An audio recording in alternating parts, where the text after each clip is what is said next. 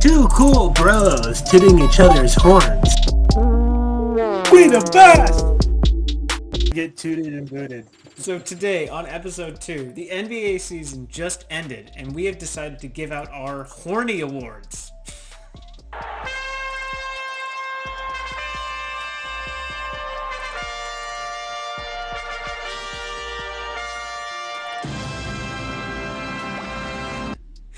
Today we're going to be talking about who do we think was the hustler of the year in the NBA, who do we think was the least improved player, and who do we think was the least valuable player this year in the NBA.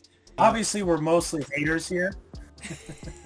Yeah. 2 out of the 3 awards are negative, but we redeem ourselves with the hustler. So overall, we're not quite haters. Yeah, and I believe, actually I said it in the wrong order, we're going to make a little sandwich here, right? We're going to start with least improved, and then we're going to talk about our hustler of the year, and then we're going to talk about our least valuable players. And then we have a special seasonal surprise for everyone at the end as well. Yeah, very topical. Least improved player. Scott, who is your number 3? So for my number 3, I went with Talen Horton-Tucker of the Lakers. And yeah, he's a young guy. He's a little harsh. He's only 21. But he's an asset that they kind of held back in trade talks last year. And that kind of limited some of their trade options. And then he goes out and puts up a season where he shows no progression. I mean, his shooting gets worse. This season he shot 27% from 3. So the worst of his career. He hasn't developed outside of his game at all. He got the most chance he's had at any point in his career. But he didn't really show any progression. And the Lakers basically counted on him progressing. They weren't willing to trade him away.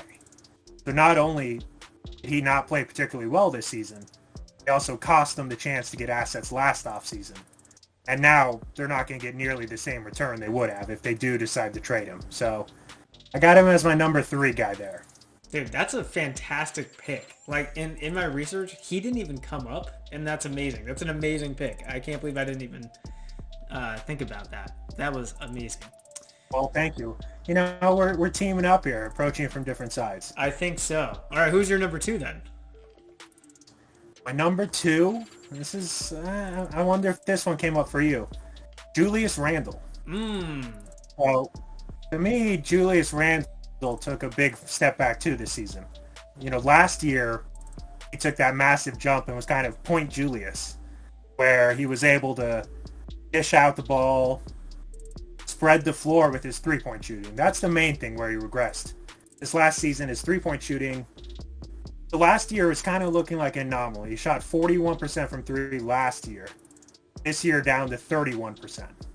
Yeah. And you got to see it affects his entire efficiency. So it's one of those things where once he developed that 3, then the defenses had to follow him out to the line. And that opened up passing lanes. So it's one of those things, if you can't shoot the 3, you don't have to respect him as much, which makes passing harder, which makes spacing harder for the entire team. And I think, the Knicks have to be one of the most disappointing teams in the league last season, besides the Lakers. But the way they regressed from, a playoff team this year, not even making the playing game. I mean, you're not making the playing game. That's a really bad sign. Yeah, especially when they had championship aspirations. But, dude, funny enough, Julius Randle was my number 3. So I feel like I should just bring my points up right now because he was my number 3. Yeah, let's go for it. So I noticed the same thing with three-point shooting, right? Total drop-off. So then I wanted to see, because I feel like that was just an overall thing of his efficiency this year. Way less efficient this year, right? And if you're looking at, some of the basic kind of catch-all stats, right? His player efficiency rating, which we know is offensively biased anyway, dropped from a 19.7 to a 15.7. So a 4-point drop in that is pretty bad. Like, that basically went from all-star level to average player, right? His win shares per 48 minutes dropped a whole 8 hundredths, or, they basically went from being 14% responsible for their wins last year to only being 6% responsible for their wins this year. Granted, they had less wins to get shares of, but that was a pretty big drop-off. His box plus minus this year dropped from, he was a plus 3.8 last year in box plus minus to only a 0.5 this year, only half a point. So he dropped basically 3.3 points overall for his team this year. And then his value over replacement players, VORP, dropped from a 3.9, which is really high, to a 1.6.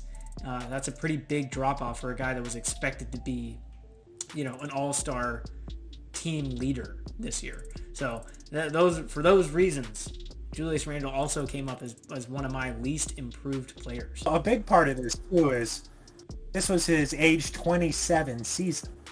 That should be your prime. Yeah, age 27, he should still be improving.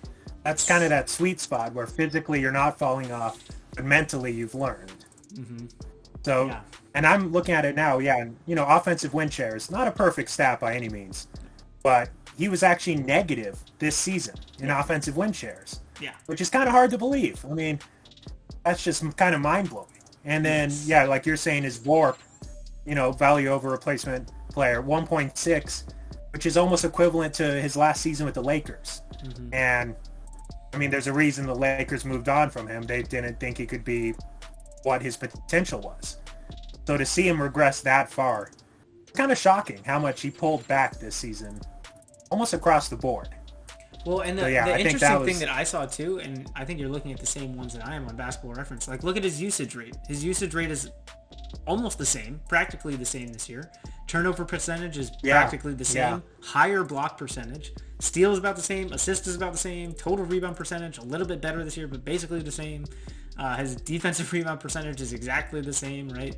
He actually got more offensive rebounds this year. His free throw rate is exactly the same, like pretty much the same, 3 thousandths off. So it's like he had all these, all the counting stats didn't look very different, but man, his efficiency just plummeted.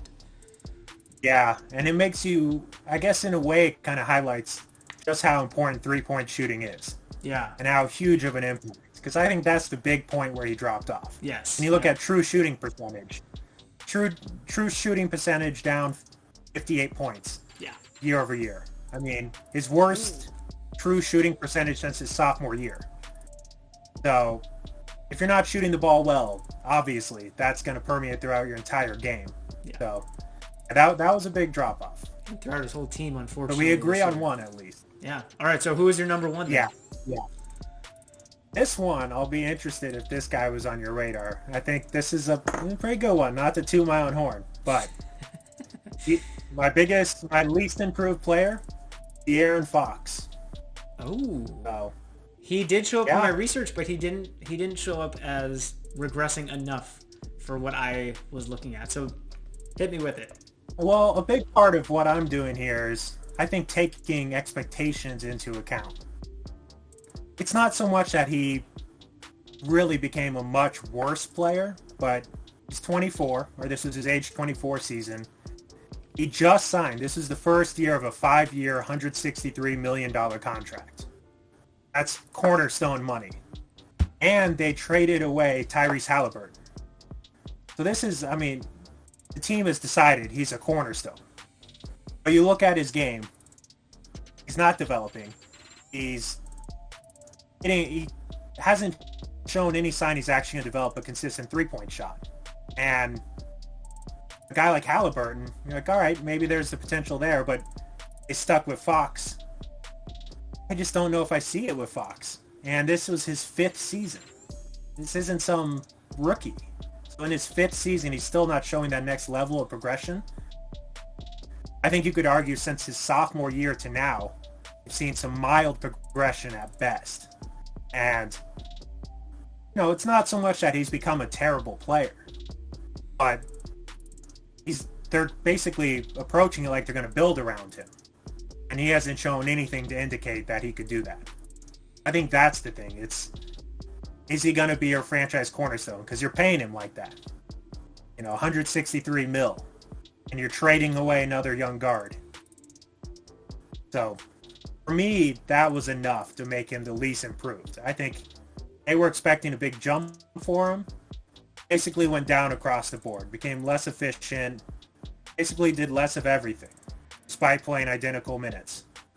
So I think that's my number one. That's another good pick. I mean, he definitely showed up like he was. I think in my research, he ended up being like 5 or 6 on my list. So I think it's a fantastic pick. It's all about, there's some difference in, how do you really weigh things like least improved? Right. Is it purely, do they get worse, or do they not develop like you hope they would? Yeah. And I think in Fox's case, it's more a lack of development. And I think you offensively need to see a lot from him, because you're not going to go, Fox will be our, the best defender on a championship team. So you're saying I need him to be really great offensively. And, all the advanced stats we were referencing earlier, he took a huge drop this season. Offensive box plus minus 3.1 down to 0.6. Mm-hmm. Offensive win share 3.4 down to 1.5. It's just, his true shooting is almost identical to his sophomore year. It's kind of just, we'd like to see more development from the age 21 to the age 24. Or I would say maybe he's treading water. I mean, by a lot of these stats, he looks worse than he did his sophomore year. Oh, he definitely and now got he's worse. Starting on a big contract. He definitely got worse. So, and that sophomore year, you were paying him whatever the rookie pay is, $7 million, $8 million a year, something really affordable. Now you're paying him $30+ million a year. Yeah. That's star money. Yeah. I mean, that's... And I think you hit it on the head, too, with them keeping him and getting rid of Halliburton. Dude, Halliburton is looking like he could be something. So them basically unloading him for really nothing, getting Sabonis, like, I don't know. It didn't do much for the Kings, in my opinion. So No. I think it was a horrible trade. Yeah, like they just, But that's been the history of the Kings. But anyways, we can get into that. No, it kind of feels like picking on like someone you shouldn't pick on. With the Kings, it's like kind of like you feel so bad for them. You're like, maybe we just pretend they don't even count. Well, also, as admitted biased Suns fans, it's like, hey, I was a big part of the Sun King alliance here for a while. So I don't want to hate on them too much. It's not like I don't like them. I'm rooting for them. Yeah. Definitely. We feel their pain. Exactly, yeah. So, okay, right, so I definitely agree. I definitely agree. However, I do think I found 2 players that got worse. All right, I'm very interested in who you got. Okay, my number 2, Nicola Vucevic. If you look at his numbers, yes, if you look at his numbers this season, and actually particularly since he was traded to Chicago last year, his player efficiency rating has dropped almost 5 points, 4.7. His win shares have dropped. His offensive win shares are down 1.9. And his box plus minus dropped from a 5.3 with Orlando on a shitty team, right, to only a 0.9 on a much better overall team. So he's been contributing less on the Bulls. Really, right? That's a good one. And his value over replacement player dropped from a 4.4 on Orlando, which is like, I thought it was a great trade to get him last year at the deadline, to only a 1.8 this year. Only a 1.8. So again, like a decent player, but he was supposed to be a little bit better for the Bulls and make them better than they have been this year. Although granted, the team had a lot of injuries and things this year, but he has not been the one that has been injured. He played 73 games this year. He played over 2,400 minutes, and he was not able to kind of perform at his level that they would have expected. So he was one that dropped more than Julius Randle and more than De'Aaron Fox. Do you have any thoughts on Vucevic? I thought that was going to be a surprise pick. That is. But now I look at the numbers, I can see where you're coming from. It certainly is this big drop-off where really his offensive efficiency seems to have just tanked. Yeah. And I wonder if part of that, though, is not that this makes it a good thing, but kind of like big fish in a little pond. Down in Orlando, he was the guy. Yeah. And maybe in Chicago, he's being asked to take on a different role. But you'd like to see him be efficient in that role. I think Right. kind of an issue is he's not being particularly efficient. You know who the... And maybe his game just isn't designed to work as well in that situation. A comparison that came up to a historical comparison that came to my mind was Bosch when he joined the Heat with LeBron and Dwayne Wade, because similar kind of players playing as a big. Vucevic is all of a sudden coming into where Orlando would run the offense through him, to now he's got Levine and DeRozan this year that were running the offense through them, and he was definitely at least the third option when both of those guys were on the floor. So I think that was kind of a little Chris Bosh syndrome. That's what I would assess it as. Yeah, it's kind of tough for a guy like that to go from being top to possibly third, and a distant third sometimes, where they're really not running through you. Exactly. Well, and I or think, Kevin Love. Looking Same at thing Bosh, happened to Kevin Love, right, in Cleveland. Kevin Love, yeah, for sure. You're top guy on a non-playoff team, and then you go to a playoff team where you have multiple weapons above you. And I think that's a great comparison. I'm just looking at Bosch's numbers right now. It's almost an identical drop-off. The same thing where his offensive numbers tanked. Yeah. Not to say he wasn't a good player in Miami, Bosch. He was great within his system and the fit, but he was asked to take on a much smaller role, and there's an adjustment period there. Yeah, and I think that might be something that as the Bulls get healthy, maybe next year, if they're healthier next year and they have more minutes together, Vucevic can be more efficient with his limited opportunities. Because I think something that he had in Orlando that he doesn't have right now in the Bulls is more opportunities to get himself going, right? So I think that's, you said, I think the adjustment period is going to be rough for him. Okay, my number one kind of seems like an obvious one. I'm surprised it didn't show up in your top three, but maybe you were just trying to avoid it. But I could not avoid it. I was literally trying to because it seemed so obvious to me. But my number one was Russell Westbrook. Oh, see? Yeah, I mean, I could see that. I guess my view, Russ is a little old. Well, he's definitely. I mean, and also my counter is, did Russ really change? But I want to hear your. Let me hear your argument first. Here's why I'm saying I think he did, because so last year with the Wizards, right?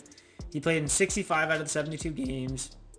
His PR was 19.5. He was getting solid win shares, box plus minus of 3.7, value over replacement player 3.4. He was still a really, really good player for the Wizards last year. This year, he played 78 of 82 games, so it's not like he missed time. He played 2,678 minutes. He was on the court almost the whole freaking year for the Lakers, right? So it's not like he was missing there. His PER dropped to a 15.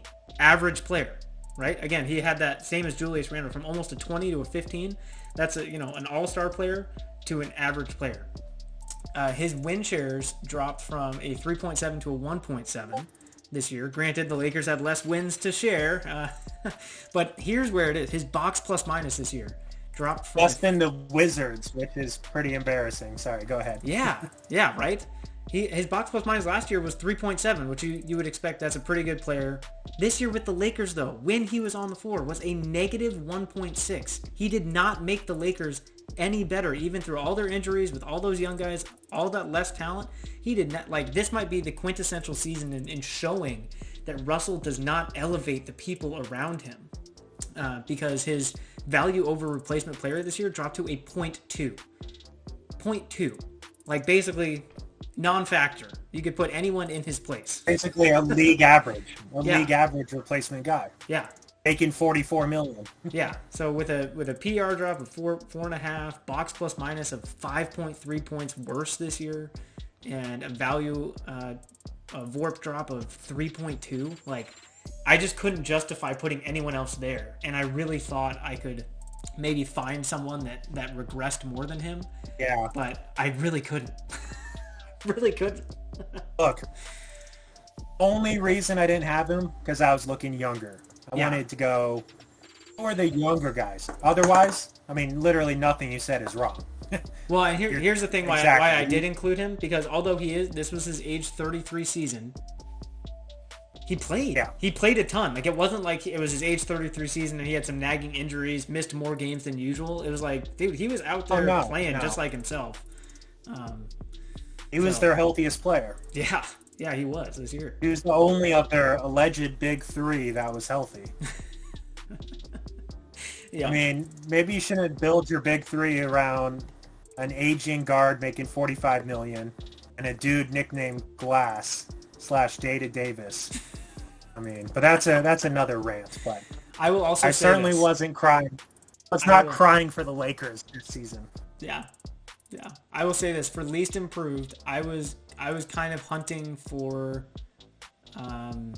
bigger names. So my original filter that I did was looking at the top 10 in PER, box plus minus, VORP from last year, and then looking at the top 10 from this year and seeing like who was in the top 10 last year that completely dropped out this year. Okay. So that's kind of where I started, and then that kind of helped me find some of those guys. Good reason. Yeah, and I can't disagree with any of yours. I think it's all. I definitely see your point. So that's a good one. We'll have to keep that Horny Award going next year. Yeah. Randle gets the tiebreaker since he appeared on both of our lists. I think that's fair enough. So if guys make it onto both of our lists, they'll get double the votes. Okay. Julius Randle, Yeah, congratulations! You are the least improved player this season. You have won the first ever Horny Award. First ever Come down Horny and Lip toot your Award. horn. Come toot your horn for the crowd, my friend. Wah, wah, wah.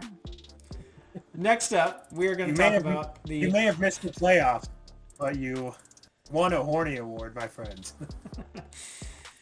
Next up, we're going to talk about the Hustler of the Year. Hustler of the Year. Okay, Yes. So last time you started, right? So I'll start As an this time. actual hustle. As in Before. actual hustle. Well, okay, so I will say this. I had a tough time finding a less obvious number one. So for my number three, I was looking for who had like the most flops or the most fouls drawn as like hustling the refs or hustling the system, right? So Oh, I like that. Yeah, That's so creative thinking, man. So here was my number three, looking for who was the biggest flopper or the most fouls drawn. All right.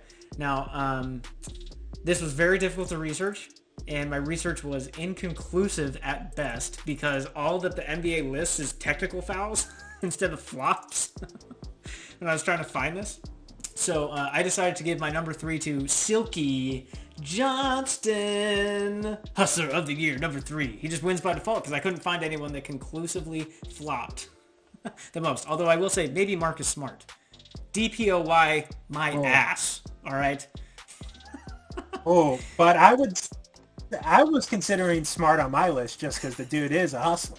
You gotta give him credit. He is. He's a dog. He goes at it. So he was on my short list. But he wasn't Didn't make my three. He wasn't actually my third. Okay, number two. I took this one from another different angle. Hustler of the Year, who basically finessed the system the best to this year. All right. This one I had to give it. I had to give it to John fucking Wall. All right, because this guy just made $44,310,840 to do jack shit while healthy. Right? So Houston didn't want to play him. Stay home. Yeah, they told him to stay home. This guy's just raking in $44 million? Like, bro, that's a finesse. I stay home for free. Yeah. So I was like, dude, this guy just hustled the whole fucking system, and I love it. So that was my number two. I love that take. I love it. I wish I had taken this approach in my research. I'm up here looking up like second chance points and loose balls recovered, and you're out here playing 3D chess with these, dude. These are way better. Making moves. I was looking for hustle of the year, and you're talking hustler of the year. Yeah, hustle. You're baby. talking. Every day we're hustling. I'm a hustler. Look. So my actual one, my honest one here, it had to go to Jokic for me, dude. Jokic is my number one. If you look at Really? Okay. Oh yeah, let me read off. Let me riddle you this, dude. Lay it down, brother. Okay. Lay it down. Where Jokic separates himself. So contested twos per game. There's a bunch of stats here in the hustle stats that favor centers because they don't have a lot of or a lot of centers that are doing a lot of screens and rebounding, right? They get a lot of these for box outs, screen assists. A lot of second chance. Yeah. So a lot of these stats favor centers, right? Rudy Gobert leads Jokic in most of these. Contested twos, Rudy's number 2, Jokic is number 3. Contested shots total, Jokic is number 4 in the league, Rudy's number 2 in the league. Box out per game, they're both tied for number 4 actually at 3.3 box outs per game. Now that's where they tie, right? In screen assists, Rudy's averaging 6.3 screen assists per game, whereas Jokic is averaging 3.2. And that's like a pretty big difference in stats. However, right? Jokic averages 7.9 actual assists per game, whereas Gobert only averages 1.1. So I thought, in my mind, Jokic way more than makes up for that difference with actual passing skill, whereas Gobert does not have that skill, right? So I was like, okay, so the one area that Gobert is better than Jokic more than makes up for. Here's where Jokic separates himself from Rudy as the hustler of the year. Deflections per game. Jokic is the only center in the top 10 in deflections per game. Jokic, on top of everything he did this year for the Nuggets in terms of his offensive, carrying the team on offense without Jamal Murray, without Michael Porter Jr., he is doing everything on defense, and he's the only center in the league that averaged almost 3 deflections per game. He was 7th in the entire league. Sixth, him and Marcus Smart. He is tied with Marcus Smart for deflections per game, dude. Like, you cannot tell me, like, Marcus Smart's great defense, great hustler, right? But you cannot tell me, here's where it separates himself. Jokic is doing all that. He's doing all of the center work. Plus, he's doing the wing work of deflections, getting his hands in passing lanes. Plus, he's freaking carrying the entire team on offense. Like, dude. Right, he's the guard. He's guard. He's the hustler of the year. I mean, you probably know where my MVP is at now, but, like, he has to be the hustler of the year. There's no one else in my mind that even comes close. So I'm very interested to hear your list and your take on this. Yes, well, I like your points. I definitely see it. I'll run through these. Mine are not as creative a take as yours, so I won't waste time on the first two too much. You will like my number 1, maybe. Okay. My number 3, Matisse Thybulle. Okay? This kind of overlaps with the idea of just being a great defender. But I looked at deflections per 48. He's by far the best, 7.1. Second place is Melton at 6. So an extra deflection. But number 2, Robert Williams III. Top and loose ball recovered. Defensive Player of the Year candidate. The Time Lord. Speaks for himself. It's great motor, yeah.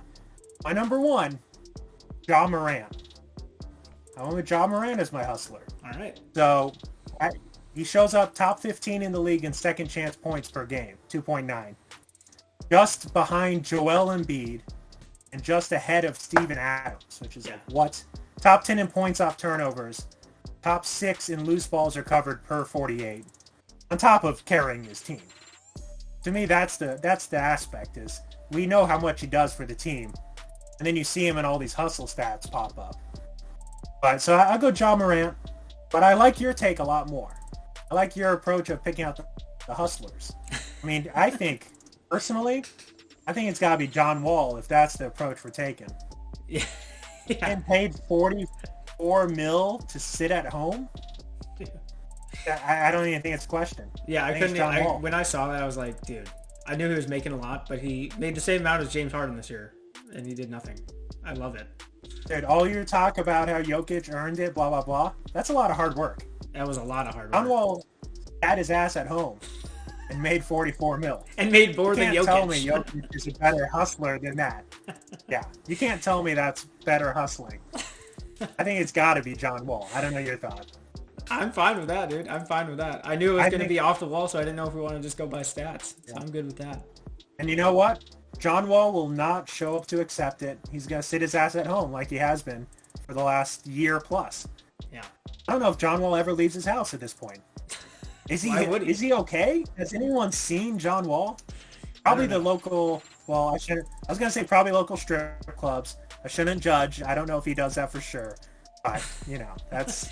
You know what? I didn't. If I was making $45 million and not able to work, I mean, I did not pay attention enough to the Rockets to know if he was like, was he courtside? Was he like sitting at the games or anything, like on the bench? I don't know. The Rockets were such garbage. I was not watching the Rockets. Yeah, that's how I felt. So there were very few reasons I would ever watch the Rockets. So. I'm going to assume John Wall is a perfect teammate and sat at every single one of those games this year and just raked it in. So he was probably like on his calculator, like I get 500,000 per game. So if I show up and sit courtside, I show up early, I leave after game 3 hours. I'm making $167,000 an hour to sit there in a nice suit, drink some Gatorade. Yeah, I would do that. Personally. Well, you're still like courtside at an NBA game, and he got to see some of these young guys really do some fun stuff. So yeah, this kind of naturally segues to my least valuable player list. What about you? You know, none of the hustlers made it on my LVP, but one of our LIPs did make my LVP. Okay. I kind of suspect you might have a two-time winner, but we'll see. I don't have a two-time winner. Do you want me to start this time? Yes, go for it. All right. So this first one, admittedly, stretch. I don't even know if you've heard of this guy, but Io Dosomo. Dude, he's my number one, dude. Is it? Yeah, there you go. Okay. And I had never heard of him, dude. I had never heard of him. But Okay. Yeah, there you go. So we're on the same wavelength here. Oh, damn. Yeah. I thought that was going to be such a surprise one, but you already pulled it out. Yes. Okay, I love it. Okay, well, I'll this talk guy's about, already clinched the win, I think. But maybe, yeah. Yeah, although my thought is more, this is not to knock the kid. Or the man. He's an adult. This is not to knock the guy. It's not his fault. Right. But it's more of a roster construction issue to me. So this is a second-round pick. He's a rookie. 38th overall, I believe. 27 minutes a game. Over 77 games. For a team that's built to win. I mean, the Bulls are built to win. So how are you reliant on a rookie to take on that type of workload? So it's not his fault, but man, he was not efficient. You looked at the same numbers, but he just did not provide offensively. He just was not there at all. I have one thing I will say that he did provide, though. Yeah, go for it. I was going to say, and like we said, this guy's a second-round pick rookie. So for him to be mentioned here is like not surprising, but he does have potential. So again, I don't want to shit on this guy. I think he's just least valuable player this year, but this guy actually has a ton of potential based on what he did this year. I just think he has a lot of stuff to figure out. I think we're not trying to hate on the guy at all. No, because he shot 37%. Something great. Being a rookie. And he's a rookie, and he's out there playing 27 minutes a night and staying healthy all season. Yeah, and he shot 37% from three, dude. He shot great from three. Yes. Yeah, his effective field goal percentage, not bad, stuff like that. But you look at his player efficiency, 11.2. I mean, that's just brutal. Guy was a minus 1.9 offensive box plus minus. I mean, this is just a negative player playing heavy minutes on a playoff team. Dude, and that's the thing. If he was on the Thunder or the Rockets, then we're saying this rookie just had a great year. But he's on a team that's built to win now. And that's not his fault, but it's bad. Well, I'm even looking to show his on-off, which dude, is not a perfect stat. That's where I'm going. Oh. Can I go with it? Okay. This is where I found the biggest thing. I was so excited when I found this, right? So this dude's on-off splits were, he was a negative 4.4 for offense. Like the Bulls were 4.4 points worse in offensive rating per 100 possessions. And when he was off the court, they were 4.4 points better, which essentially when you look at the difference, when he was on the court, off the court, the Bulls were 8.8 points better with him off the court. They were almost 9 points per 100 possessions better with him off the court, which just stood out like a sore thumb in my research when I was looking for like guys on off splits, and like he was an outlier in that stat, right? So then, and again, he's a rookie. Not his fault, but he was a clear outlier. Outlier, right? And he was a rookie. So again, you would expect, here's where he stood out to me. again, in a different way that he stood out from everyone else I could find. I looked at not only his on-off court split. I was like, well, okay, all right. There are some other guys. He's a rookie. You would expect to see some development, right? So what I looked at was his month splits and his, like, did he improve throughout the year? This is where he really stood out too. Okay, pre-All-Star break, this guy had a net rating of -0.9. Not bad at all, right? Especially for a rookie. Like, he came in and they had some early injuries with Lonzo and, like, being pushed for into a second round pick. Being pushed into a role and only having a net rating of -1, basically, right? Dude, stellar. Post All-Star, -13.1. And if you look at the month-by-month breakdowns, this guy got worse as the year went on. So that's what it's like, oh my God. Well, and I think he was pushed into a larger role down the stretch, too. Yes.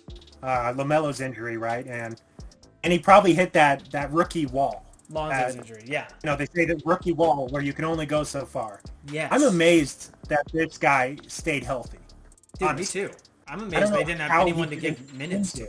I was like, how did they keep giving this guy minutes throughout the whole year? These are heavy minutes for a rookie. I mean, and he played 77 games. Great like rookie season. It wasn't just like he played 77. Sorry, man. He played 27 minutes the entire year on average. Yeah. I was like, he had one game post All-Star break where he was a -35 box plus minus in the game. Like, it was like, how is this guy staying on the court? Why are they not putting anyone else in? Well, and like, they clearly had to lean on him hard at stretches. So February, he played 36.6 minutes per game. That was actually a good month for him overall. Yeah. But he just fell apart down the stretch, as did the Bulls, honestly. The Bulls fell apart. And this is roster construction. You're leaning way too hard on this kid. Oh, definitely. And totally agree. This young man. But it's like, oh, this little baby boy, this precious little child. This like sweet little dumpling of a man. Probably a foot and a half taller than me. He's listed at 6'5", yeah. But this little tiny dumpling of a man. Oh, but that's definitely on the GM and the team, not on him. This guy's got a future for sure, but yeah, he just got thrusted into a spot where it was brutal. And I think if anything, I would have had him higher if it wasn't for the fact he's so young. I kind of discounted it some. Oh, okay. See, and I kind of put it out there like, dude, he's so young and he didn't improve. That's what I saw. He didn't improve over the course of the year. That's where I got discouraged. I'd seen his name, but I had no idea that he's playing that many minutes. Who was your number 2? Yeah, I think he's already got this wrapped up, but all right, my number 2, LVP, Reggie Jackson. Ooh. For me, this is one of those cases where he was pushed into a role that's not really a good fit for him with the Clippers' injuries. But he was a volume shooter, and he was insanely inefficient. So looking at him, high volume, 16.3 attempts per game. The 5th worst true shooting percentage in the entire league, 0.488. You know the only guys worse than him?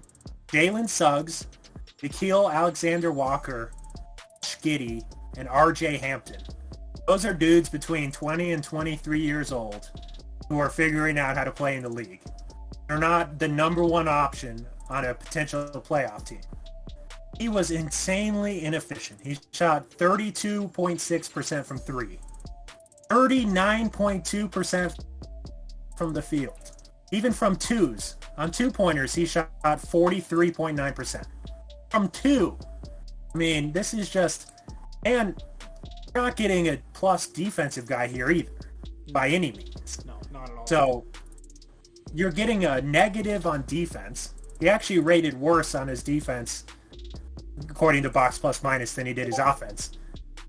But to me, he just hits that spot of high volume, low efficiency. I know that they needed him to do it because of injuries, but I feel like he just had a horrible season.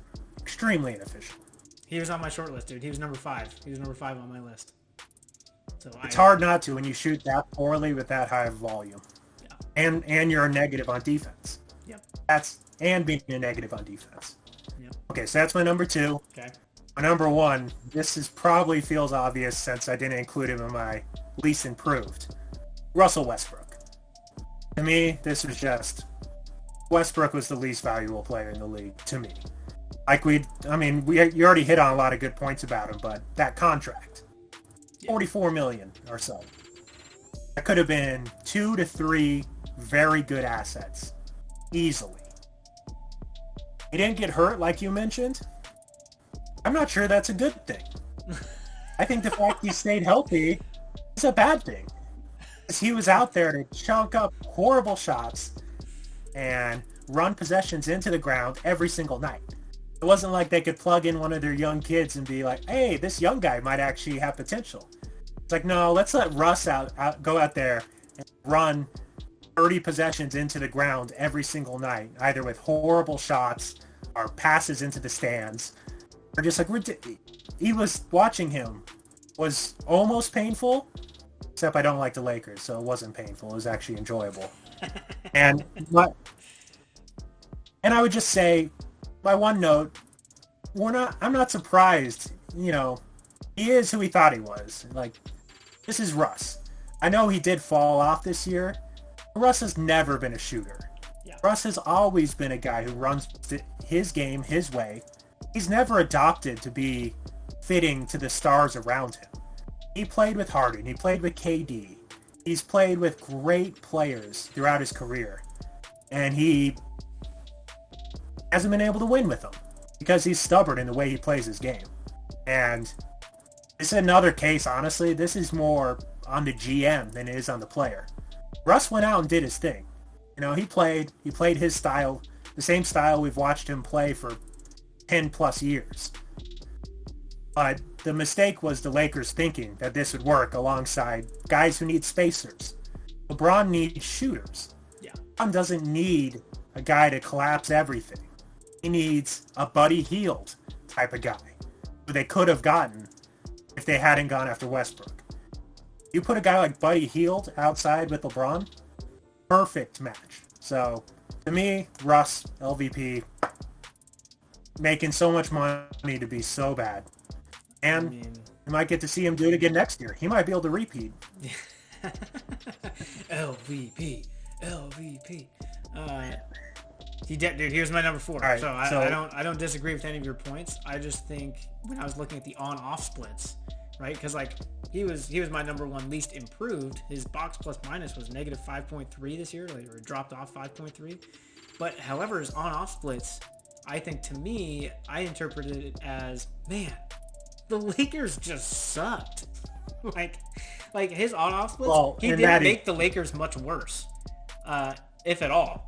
Right? It was kind of season started. Once the season started, my argument for why he's LVP also plays on the fact that he cost them the chance to get so many other assets. And I think that's a great So I'm point. taking a more holistic view. Yes. But okay, keep going like you're saying within the season though. Yeah, within the season, right? And Russ controlling what Russ can control, he didn't make the Lakers worse.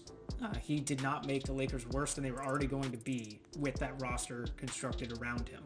So, I guess within that, I couldn't put him higher on my list because the Lakers were going to be bad with him, and he pretty much did everything he could control and played his game.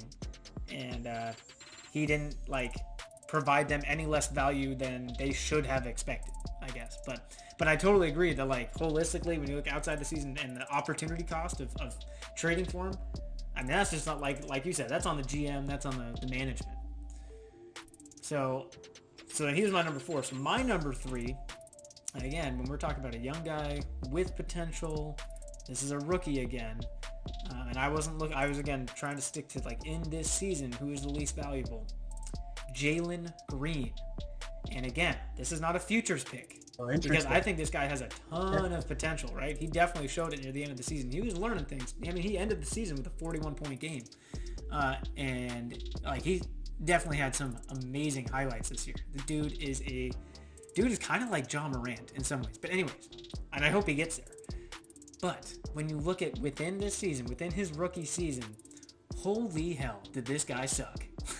like from a team perspective. Yeah, he popped up on a lot of my worst stats when I was searching for him. Yeah. I only excluded him because of his age. Yeah, because of potential, right? And I guess I was sticking to more in the season. So this guy was 6.7 points, or the Rockets were 6.7 points better with him off the court. But here's my point why he was third and not higher, because his pre-All-Star, like, this dude was a negative 17.3 net rating. His offensive rating was 100, and his defensive rating was 118. Like, holy shit, on 30 minutes a game, right? But he showed dramatic improvement. Yeah. Post All-Star, he was only a negative 1.7. So throughout the course of the season, he basically improved his net rating by 15.6 points per 100 possessions. So he made dramatic improvement. Yeah. And it looked like it. I was going to say, it looks almost purely offensively. Yes. Yeah. And that's, you know. Which is amazing. Yeah. I was talking about the rookie wall. This is a guy who did the opposite. I mean, exactly. I think you can add even more to his performance knowing that he had played more games than he had ever played in his life. Yep. At least high competitive level games. Yep. So, and I think he has a ton of potential. I'm very excited to see where his career goes. But man, his rookie year, he was ass from a team perspective. Well, for me, I'd be more like, I agree he was ass. I would put him more under, like, if we were talking about worst player versus least valuable. I think for a team like that, they want your young guy. Go out. Oh, yeah. Fuck around. Huck it up. Yeah. Who cares if we lose? We're playing for another draft pick. Like, learn what you can and can't do. Exactly. So in that respect, I think I'd say he was horribly unvaluable. I would just say he was horrible. Yeah. Yeah, he was. It's kind of some. He was horrible. And then if you look at the other flip side that we're looking at, like from the GM's perspective, from the team's perspective, this was a very valuable season to learn that Jalen Green could make that dramatic improvement, can handle a full 82-game season, was learning what he could do and couldn't do, and was showing flashy as hell highlights that were just amazing athleticism. So I think it was tremendously valuable from the team perspective. And I like the idea of, also it showed how he can overcome adversity. Like you're talking that early season, he was getting destroyed. Absolutely. He was going out every night and getting hammered. Yep. He was getting his ass kicked up and down the court both ways. And now he showed in the second half, he didn't put his head down. He improved significantly. So I feel like in the GM perspective, you're going, all right, that's what you want to see out of a young kid. I mean, you're getting beat by almost 20 points before the All-Star break, and then you come out and you're almost even-ish. I know I'm kind of rounding, but being negative 1.7 on the Rockets, who finished 15th in the West. Yeah, on a team that has no interest in winning this year. Yeah, the Rockets were not planning to win. If they had started to win, they probably would have started benching guys. I mean, the Rockets were not in this season to win. No, they didn't have the talent. But that was not a team ever expected to win. So that's a good one, though. In terms of the raw numbers, he kept popping up on my search, too. This guy might have popped up, too. My number two might have popped up as well. My number two for least valuable was RJ Barrett. Yes. I did see some RJ Barrett pop up, too. And he's one where this is not a rookie. Like, he should be improving. But he was... Right, I'm a little more with you on calling him out, then. Yeah, RJ Barrett was 8 points. The Knicks were 8 points worse per 100 possessions with RJ Barrett on the court. And looking at his raw numbers, is like he just didn't, kind of what you were saying about De'Aaron Fox is kind of how I felt about RJ Barrett. He did not improve the way that the Knicks wanted him to improve. That being said, he did have some highlight moments. Like he did have that one game in, I want to say early January, where he totally lit up the second half and hit the buzzer beater to win the game. So it's not like he didn't flash some things, but this is a guy that needs to be not flashing and producing for the Knicks squad, especially given Julius Randle's struggles. It was kind of like, I think the Knicks were maybe hoping that RJ Barrett would step up and provide them a second kind of star leader. He didn't quite do that this year. But I will give him credit here. Again, when I was looking at, okay, how did he progress throughout the season? Pre-All-Star break, he was a -6, -5.9 net rating. But post-All-Star, he was a 1.7. And both offensive and defensive ratings improved with 4.6 more minutes per game. So he was getting more time and he became better.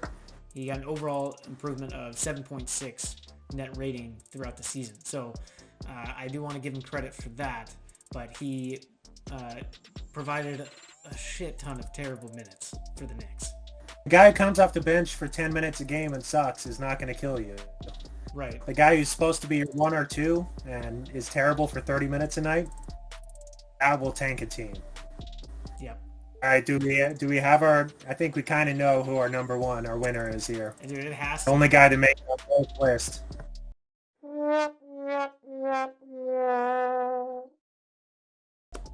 Congratulations. So much.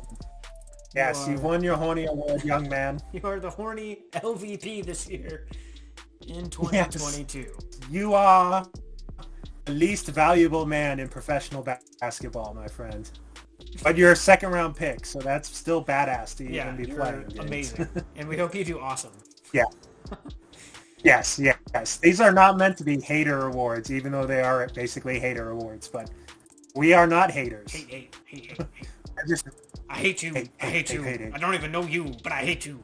And in the spirit of the season, every year Peeps come out with some crazy flavors. And we decided to taste test these ridiculous flavors and give our thoughts on them. So, we have party cake. What you want is cake.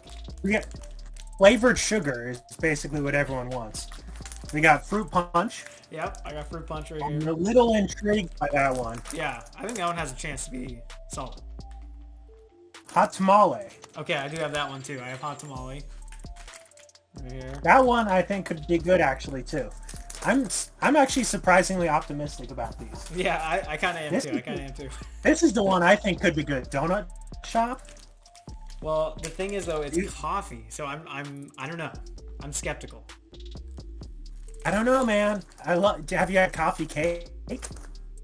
I mean, yeah. So like, yeah, it could be. I'm Coffee skeptical. cake's delicious. So this is then- totally coffee cake, bro. So here's the deal. There are 6 of these flavors. Scott, go ahead and show the other 2, even though I was unable to procure such delectable delights. Well, actually, I have 7 flavors total. So buckle up. Oh, okay. So I foolishly broke into these earlier. Yes. I started eating a couple earlier, and then I realized I'm going to have to eat these later. Why the hell am I eating more Peeps? We got sparkly wild berry, whatever the hell that means. It's kind of like, I don't know, it's not even real sparkles on there. They just look like they have sparkles, which is disappointing. Sour watermelon, Okay. which is like, I didn't even really think of that as a flavor of things, but apparently that's a thing. I don't know. For Peeps it is. And then cotton candy, which actually seems like the most fitting flavor of all. Yeah, for sure. That just seems Cotton like candy is literally pure sugar. Yeah. This is pure sugar. Cotton candy is pure sugar. This one makes the most sense. Well, like pure sugar on a marshmallow that's just made out of sugar and gelatin too, right? Like, is there anything else in marshmallows? That's hilarious. I don't think so, dude. And last up, we have sugar-covered Peeps. No. Yes, sugar-dipped and sugar-coated Peeps. Well, there are. I think you might have seen. There's like chocolate-covered Peeps now too. Yes. I don't know if you saw that in your hunts. I think you actually ventured out and hunted for them today. Okay, yeah. So here's the deal. Scott found a link for a 6-pack of all the new flavors. That's why he has all of them, and he was a man about it and paid for the exorbitant markup on that, or at least what I considered exorbitant. Right. I looked at it and I was like, dude, I'm a man of luxury. I'm not gonna pay that. I bet I can find these things around my city. So today I went to 5 different stores and I could only manage to get 4 of the flavors. So I was not able to get sour watermelon or the sparkly wild berry ones. And they were like all the stores had different ones. So like I went to Target because online said Target had 2 of the flavors, and Target was literally picked clean. Like it was crazy. They had this whole shelf of Peeps with nothing on it. So I was like, oh crap, I might be in trouble today. And then I ventured out to, let's see, where'd I go next? I went to Fred Meyer. And at Fred Meyer is where I was able to get literally their last pack of the hot tamale ones. And then I was also able to get Weston, the donut shop ones. you're like trying to buy Christmas gifts on Christmas Eve, okay? It was exactly. Peeps on Good Friday? Yeah. Yeah. This is like, a terrible idea. You should be shopping months in advance. Yeah, right? And then I had to go to a Rite Aid, and the Rite Aid had the party cake, right? And then I went to Walgreens, and Walgreens had the party cake also. So I was like, okay, crap. So I'm only gonna have 3. And then I went to Walmart, and Walmart only had fruit punch. So it was like all these different stores only had one of the flavors. So luckily I had to go to all of them or whatever. So I went to 5 different stores, only got 4 of the flavors. Oh, were you already going there? No, not at all. I definitely drove out of my way today for this to get the Peeps. If you could, you thought you were saving time and money, but instead you ended up driving all around town. Do you wish you had just ordered from Amazon now? Well, I don't know. I'd have to do like a gas price. Yeah, with gas prices, how much is I probably did end up worth? paying about the same. And how much is your time worth anything, dude? Today it was not. Today it was not worth that. Today it was not. It was my last day of spring break, so I literally had nothing better to do. Oh, there you go. There you go. Oh, and I gotta say, I have 7 boxes of Peeps. I think that qualifies as a lifetime supply of Peeps. Yeah. There is so much sugar here. Yes. It's outrageous. Dude, like, so here's what I want us to do. I ate a couple earlier. It's brutal. All right, let's go. It's brutal. What are we putting yourself through pain? Here's what I want us to do. I want us to eat the same flavor at the same time, right? And Agreed. we'll go through the 4 that we have the same ones of, right? And then we are gonna have to decide who is our LVPeep. Are we gonna name an MVPeep also? Yeah, we Just totally to be nice, can. or Yeah, we can do an MVPeep, but I think in the theme of the show today, I think we should do LVPeep as well. Oh, we have to Yeah. for sure. So, I mean, haters gonna hate. the question becomes, which one are we gonna start with? You pick one first. Let's start with party cake. I feel like that's the most normal one out of these 4. Like the most neutral. You're reading my on mind. balance. Okay, cool. That would have been my first pick too. Look at that. The camera too. Yes, I gave them a good view. Yeah, party cake Peeps. They need to sell these one at a time. I don't know why they so many in a pack. Yeah, 10 in a pack. Who's eating this many Peeps? Dude, I don't know. All right. The nose is. It's pretty fragrant. It does smell like cake. It smells like cake. It does. And it looks, Like it's frosting. like sprinkles on a cake. All right. You ready? Oh, did you already go into it? Let's do it. Yep. Go. I'm ready, man. I'm ready.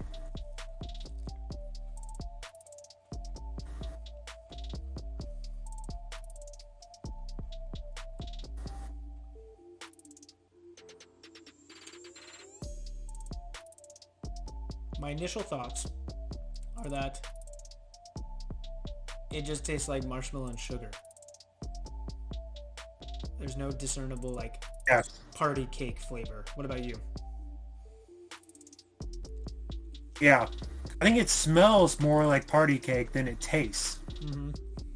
It smells like a party cake. Whatever a party cake is. Is that just a cake? It smells like a cake. What's a party cake versus a cake? Is there a non-party cake? Anyways. But it does just taste kind of like sugary concoction. Yeah, just tastes like sugar. just tastes like sugar, yeah. And I feel like that's why it's good we got that one out of the way. Because these other ones better not just taste like sugar. Yeah, fruit punch, coffee, and hot tamale is what we have left. So I have high Ooh, hopes. these are all good ones. I say fruit punch. All right. It's hard not to make. Oh that my much god, noise. man. These have a smell. Oh yeah, these ones actually smell smells like super good. syrupy. Yeah. I think it smells pretty They good. smell like fruit punchy syrup, like a concentrated, which I guess that's what they are. So, yeah, and here's the whole row. These ones are bright red, like fruit punch, you'd expect. It's good. That means there's a lot of antioxidants in here. That rich color. You know, I do like getting my daily servings of fruit, so. Yeah. Well, we got a lifetime supply here. Let's go. You know what this kind of smells like to me, dude? I want to know if you agree. This kind of smells like a fruit by the foot. Oh yeah, yeah. You get that? Well, maybe it's made from the same artificial fruit.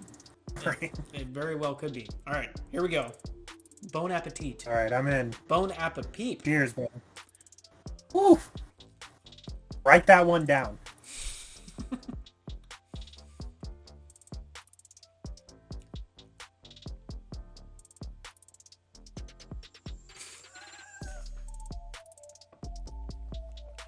You go first. Does not blow me away. It's not enough flavor for me. Which, I mean, I guess I don't know what I was expecting out of a fruit punch flavored peep. But I don't know. I think I would probably... The first one just tasted like sugar. This one, at least there's something to it. I'll give it that. Yeah.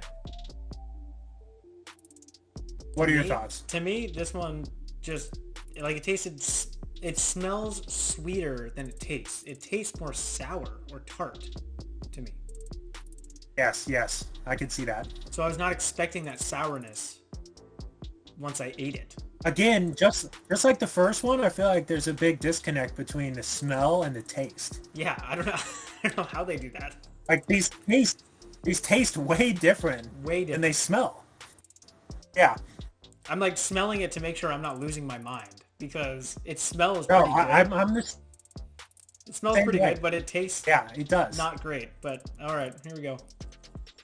No. I don't love that one at all. Well, okay, what are your rankings so far? Party cake, fruit punch. Yeah, me too. And I'll be very disappointed if either of these win. Me too. I have like irrationally high hopes for these other two. Like, I'm like legitimately psyched about the copy one, which is a mistake. Okay, dude. You're psyched up for that, so we're gonna save that for last. My draft pick's gonna be hot tamales. Okay, I'm also excited for this one. Oh, okay, these are fragrant. They look almost identical to the fruit punch ones. They look almost identical. They're maybe slightly pinker, but they're like very red. Oh, look at that. Which one's which? Oh, dang. Are you... Yeah, I don't even know. Yeah. This one's the hot tamale one. Hot tamale. They look almost identical. You're exactly right. I love the smell. Yeah. Again. The smell is... Whoever's in charge of the smell of Peeps is killing it. Yeah, they truly are. They actually smell pretty good. Like, yeah, I love hot tamales. So, like, if this can deliver at all on the flavor, it's going to be hard to beat. Well, yeah. And the smell, all three of them, the smell has outshined the taste. Or at least, sorry, the first two. So far, for sure. Oh, easily. This smells exactly like a hot tamale. Yep, exactly. Almost. Sugar, cinnamon, it's all there. Yeah. All right. All right, ready? cheers. Cheers. Yep.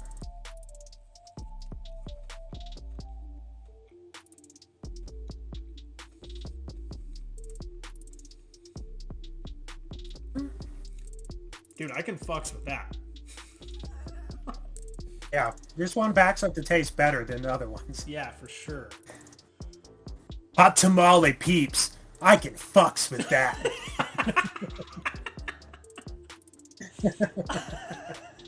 Did you just come up with their marketing tagline, bro?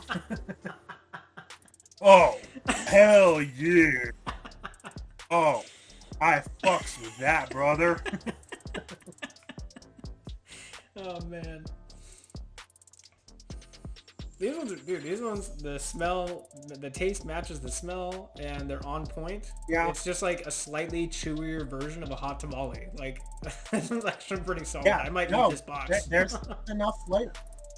This is definitely the best one by far we've tried so far. It's got the hot tamale taste within it, for sure. It's like, it's not really spicy, but there's at least a tiny hint of kick. You know, it's a little bit. Enough that you're like, it reminds you of eating actual candy. Yeah. Yeah. This candy reminds me of that candy. I think I'm going to actually finish that off. Yeah. It takes me back to the time I was eating that other candy. Oh, so ridiculous. I love that we have this idea, by the way. This is awesome. All right. It's a great one. That's the definite front runner so far. For sure. I mean, that one's clearly far and away number one. And, hey, I want to say this. Before we get into these donut shop coffee ones, let's temper our expectations. Scott was hyped as fuck for these, all right? I was. So let's not let it disappoint us because we're like, expecting too much from the Peeps. I'm expecting it to be like eating coffee cake, you know? I don't think it's going to be like that. A fancy coffee cake, bro. Don't you bring that negativity in here. If this doesn't taste like a fancy pastry from Paris. Yes. A Paris. All right. I like the initial taste, too. I'm not going to lie. The smell? Or smell. Oh, my sorry. God, dude. My pack had just, like, hella extra of the sugar on this. Did yours come with that? Dude, mine, too. Okay, I just spilled all over the... Yeah, dude. I thought that was just me, dude. I thought that was just me. I spilled everywhere. I'm gonna try and show it in the camera. Like, there's just a ton of extra pile of sugar in these Peeps. I just spilled all over the floor here, so... yeah, there's something weird going on. Okay. We should call them. Dude, you can't see it, but there's... I have a huge amount here. Just like you. Okay. Yeah, I have a ton, dude. An unreasonable amount of Peep dust. Yeah. I mean, I might snort it if this is good enough, but we'll see. Okay, so these ones are brown. Right. Okay. I would say the smell is not as good as the hot tamale one. I would agree, but it does... This one, again, the smell is on point. The smell smells like a cup of coffee. They know what they're doing with the smells. Yeah, they're seriously really good Somehow. at the smells. I think smelling them will be better than eating them. Right? Just keep these Peeps as potpourri throughout your house. Yeah. Just set a few out in the morning. All right, I'm diving in. Here we go. All right, me too.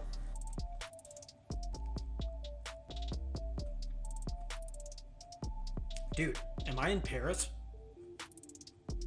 Oui.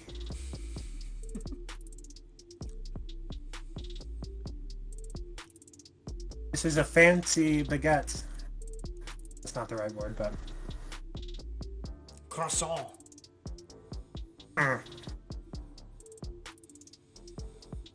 You know, not bad.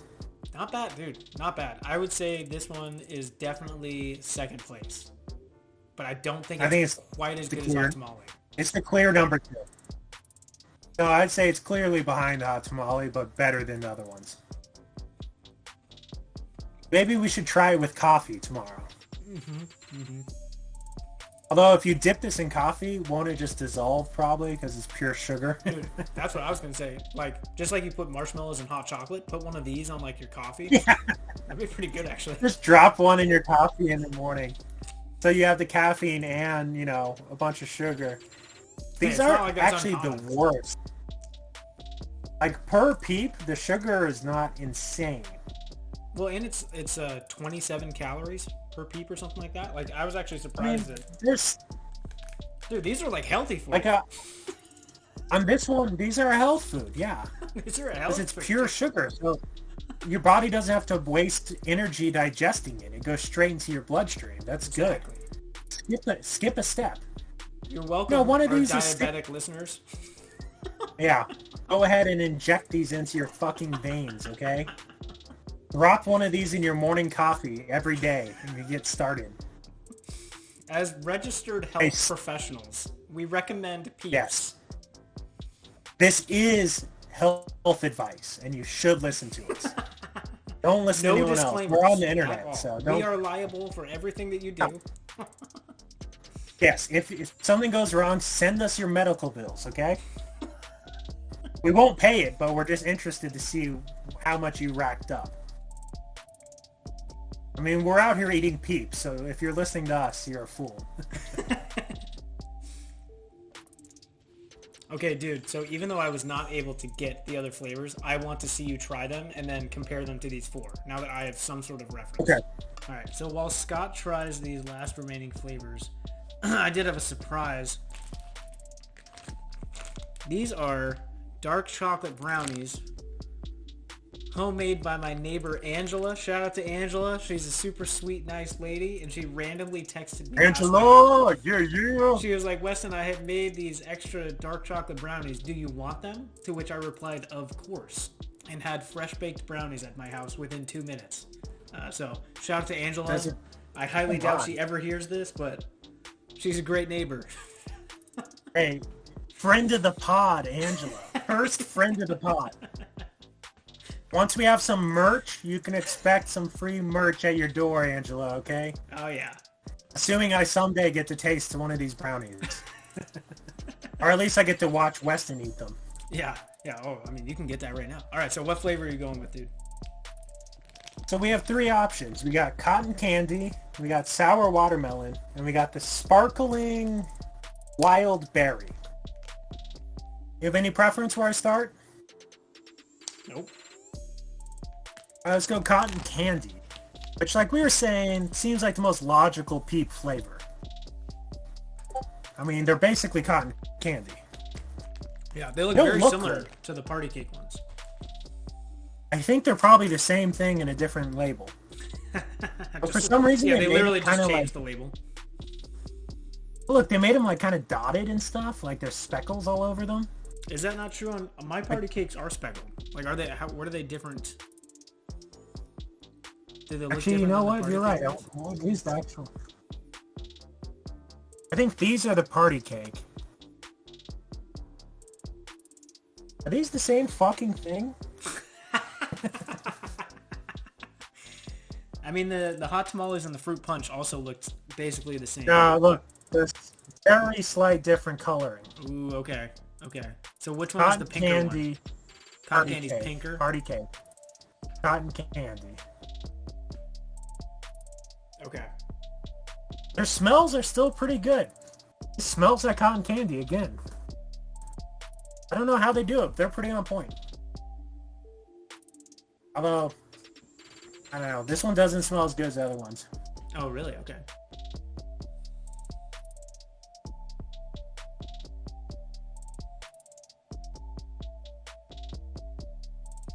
Oh, look at the bottom of these things. Gross. Covered in those sprinkles. Yeah. I guess they're like sugar crystals. Is it like crunchy? Does it have like a crunchy aspect to it? It has a little crunch, yeah.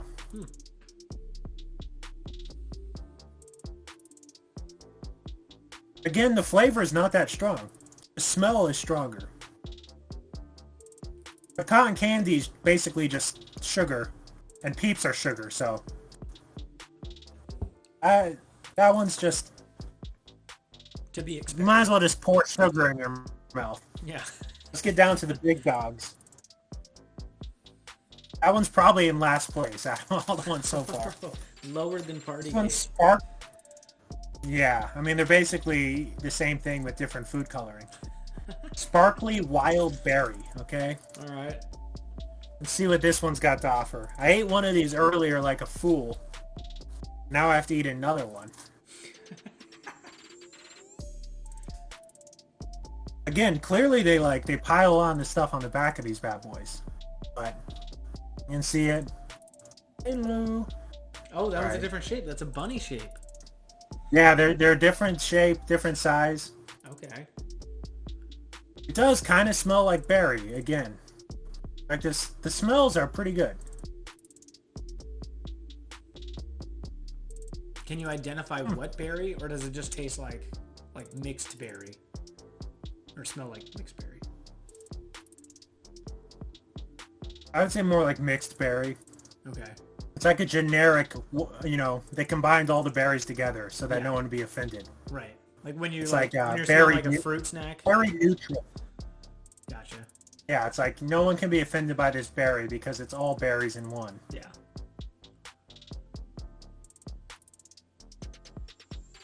Outside of being outrageously full of sugar and therefore I couldn't eat much, pretty damn tasty, actually. All right. This one's much more flavorful than the other ones. Okay. Like This is it. So much more flavorful than cotton candy or party cake. Much more. I like the flavor more than the fruit punch. That's the one I was most interested by. Like, how does it compare to fruit punch? I like better than the fruit punch. This is actually like this has a lot of flavor going on with it. It's not kind of one note. All right. This is my third place so far. Ooh, okay. Behind hot tamale and coffee. All right. Still so goddamn sugary though. Oh my god. Yeah, now you've eaten like 7 in a row now. I know. It's like, damn it. All right. And I foolishly ate one of these earlier too because I didn't think we would do them. So here's the sour watermelon. Oh, okay. All right, which is bizarre. How is sour watermelon a flavor? Well, it is like Sour Patch Kids. They have the Sour Patch Kids, but then also the Sour Patch watermelons. So I guess I would think that they're going for that. Touche. You're totally right. And those are delicious. So, I don't know. I mean, like we've been saying all night, their smells are on point. It smells like Sour Patch watermelon? Yeah. Like it smells like it's going to be really good. All right. I gave one of these to Lauren, my girlfriend, and she hated them. But she doesn't have a refined palate like I do. Yeah, she doesn't eat baguettes and patty. Yeah. No.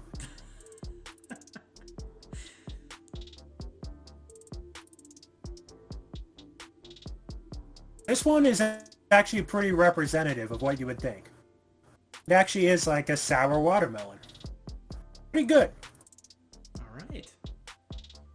I think there is some sourness to it. Some of the other ones I feel like didn't actually pack much flavor. Mm-hmm. It does.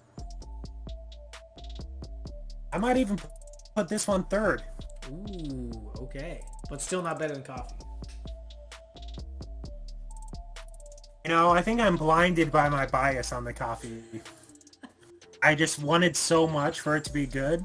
Yeah. I'm not really letting myself accept that it's not as good as I hoped.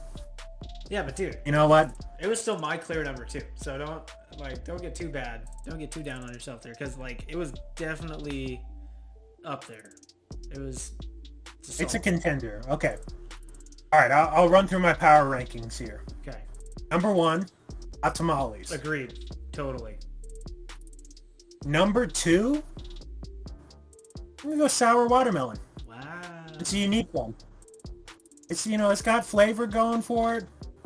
I can still taste the sourness, actually, after, 20 seconds after, so it's pretty flavorful. Number 3, coffee. Yep, that was my Number 4, sparkly wild berry. Okay. And number 5, this is where you kind of get into the dregs. It's like fruit punch. Fruit punch, number 5. Yep. Number 6 and 7 is between cotton candy and party cake. To me, they're the same thing, but with different food coloring. Yeah, they're both last. They're last, yeah. Those are like, if you show up on Easter Sunday and you're trying to find Peeps, and that's all they have left, then yeah, take it. But if you can get your hands on the hot tamales, all right? I love how specific you have to get. Where it's like, all right, if it is Easter Sunday and you are trying to eat Peeps, and there's nothing left besides these one. Your kids are in the back of the car screaming. They want Peeps. Peeps, Peeps, Peeps. And you know you have to get them Peeps or else they won't sleep. So, here's the rub. There was a clear MVPeep. The MVPeeps today were definitely the hot tamale fierce cinnamon. These were the MVPeeps. Yes. Now, no question. This one might just be because it showed up on both our lists and I wasn't able to taste the cotton candy, but LVP was definitely then party cake. Party cake. The LVPeeps. Party cake. Oh, it was, dude. It was. The LVPeeps. This is what you give your worst enemy when you want to pretend like you care about them. All right? You're trying to, like it's Easter and you feel like you should give something to your neighbor. Give them the party cake Peeps. And give them like 10 boxes. Yeah. Give them so much that like they will have to find something to do with it. You know what? I might just save these boxes for Halloween next year for all the kids that take too much candy. It'll be my second round for them. Hey, you're taking all my candy, you get a Peep.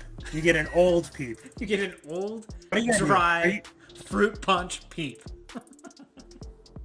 Are you gonna like put them in like an airtight bag and seal them and freeze them in your freezer? Like, no, I don't know, dude. Like, you know, vacuum seal them and like. Here's my question though: do you think these things even need that? They might just stay. Honestly, I bet they don't. Do any of these have expiration dates on them? I don't know, dude. Is that even a thing with Peeps? They just last forever with all their additives and just whatever the heck is inside these things.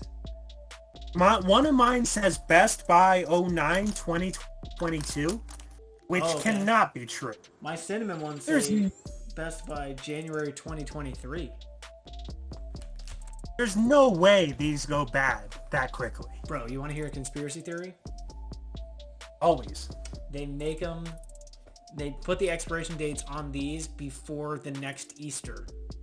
So that people that believe in expiration dates throw them out and they have to get new Peeps. Dude. Sold. That's not even... To me, that's not even a conspiracy theory. That's a fact. That's a fact. It's a good old you think these things, fact. Will these things ever go bad? They're like I don't know. Fucking styrofoam with sugar sprinkled on them. Yeah. They'll be fine forever. Yeah. These are gonna outlive us, dude.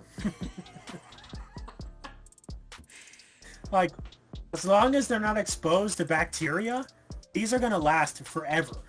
Yeah, like I honestly think if you put them in an airtight container and froze them, they would last forever. Like. Yeah, they're like honey. Like, they're never gonna spoil. Boom. And we found, 4,000-year-old honey that was still good to eat, still edible. Yeah. Which I'm not sure who tested that, but that's... I'm not either. They found it in some, if I remember correctly anyway, they found it in some Egyptian tomb. Do you think, like, some intern, they were like, dude, this honey's still good to eat. Like, eat a spoonful. Like, you don't want to lose your job, do you? Well, they like fed it to their dog and it didn't die, so they just assumed it was good. Yeah. And then that same dog went out and ate shit in the backyard. Yeah. It's like, this dog can handle more than we. Yeah. Yeah. Let's go ahead. And the shit must be good too. Let's go ahead. Oh man, gotta love research, dude. I don't know research. I don't know what I'm gonna do with all these Peeps, dude. What is your plan with all these Peeps? Dude, I don't even want to give these to my son. Like, I'm probably going to... You should not. You should not. I'm going to keep them in the morning to see if my wife wants to try any of them. And if my wife wants to try any of them, I will let her, but then they are going straight in the garbage. Yeah, the problem is we've opened all the containers, so it's not like we can give them away now either. Yeah, exactly, right? It's like no one will take half a container of Peeps. I'll show up to my in-laws. Show up to my in-laws on Easter Sunday for brunch with opened Peeps. Dude, can you take them into work and like set out a tray of Peeps? Like the day out, first day back? Give them to all my students. They're all just already like half. Oh my open and god, shit. yeah, and let them. They would love that. Yeah. They would actually eat that. Oh, I'm sure they would crush them.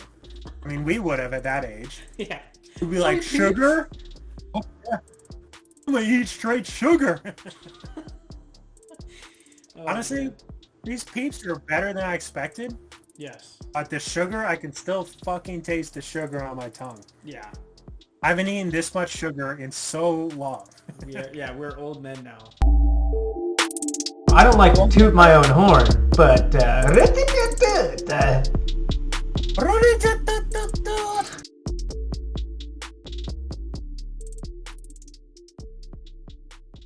Cut that.